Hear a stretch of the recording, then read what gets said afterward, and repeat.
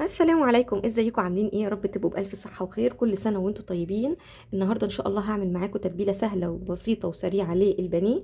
هتطلع معاكي احلى بانيه واطرى بانيه وطعمه جميل جدا بالتتبيلة دي. قبل ما ابتدي الفيديو بتاعي، يا ريت لو كنتوا اول مرة تشوفوا قناتي يا ريت تشتركوا فيها وتفعلوا زر الجرس عشان يوصلك كل فيديو جديد انزله، وتدعموني وتشجعوني اكبر القناة بيكم. يلا نسمي الله ونبتدي الفيديو بتاعنا النهارده. زي ما انتم شايفين مقاديرنا بسيطة وسهلة جدا، وان شاء الله لو مشيتي على نفس المقادير اللي انا هقولك عليها دي هيطلع معاكي احلى بانيه واحلى تتبيلة بانيه او فراخ. هتعمليها هتطلع تحفة جميلة جدا جدا. اول حاجة انا معايا نص كيلو بانيه، طبعا الكمية دي على حسب عدد افراد اسرتك، تكتري تقللي براحتك، او ممكن تستبدلي البانيه بفرخة كاملة او وراك او صدور. يعني دي التتبيلة دي تنفع لاي حاجة للفراخ. تمام. معايا رايب انا كنت حاطاه في الفريزر، فانا بيفك اهو معايا قد كوبايه كبيره كده رايب. معايا بشره مبشوره ناعم. التوابل بقى اللي معايا اهي توابل. هقول لكم بقى على التوابل كلها. معايا مرقه دجاج فوريه، بصل بودر، توم بودر، رشه بسيطه جدا من القرفه. التوابل الشرقيه كل دي معلقه صغيره. التوابل دي كلها معلقه صغيره. توابل شرقيه، بابريكا، فلفل اسود، كزبره، روزماري وورد وكوبيبه، كركم وكاري وتوابل فراخ، ودي رشه بسيطه اهي.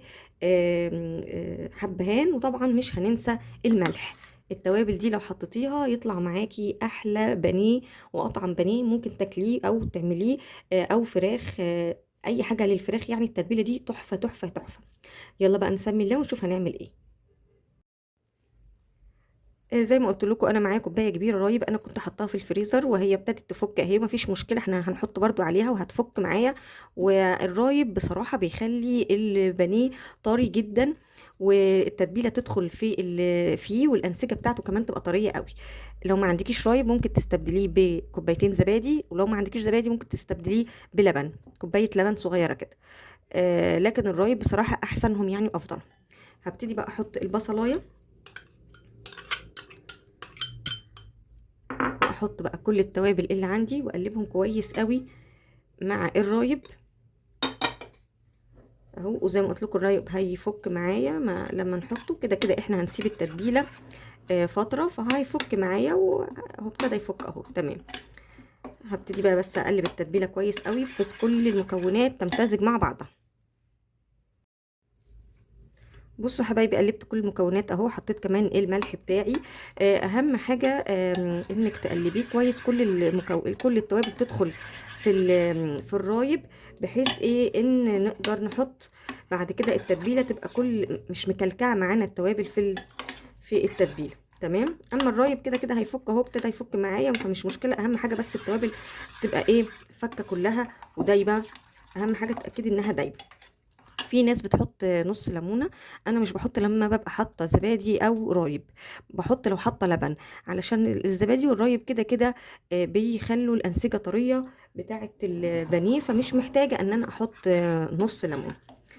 لو حابه برضو تحطي دي براحتك يعني، لكن انا مع الرايب او الزبادي مش بحط نص ليمون.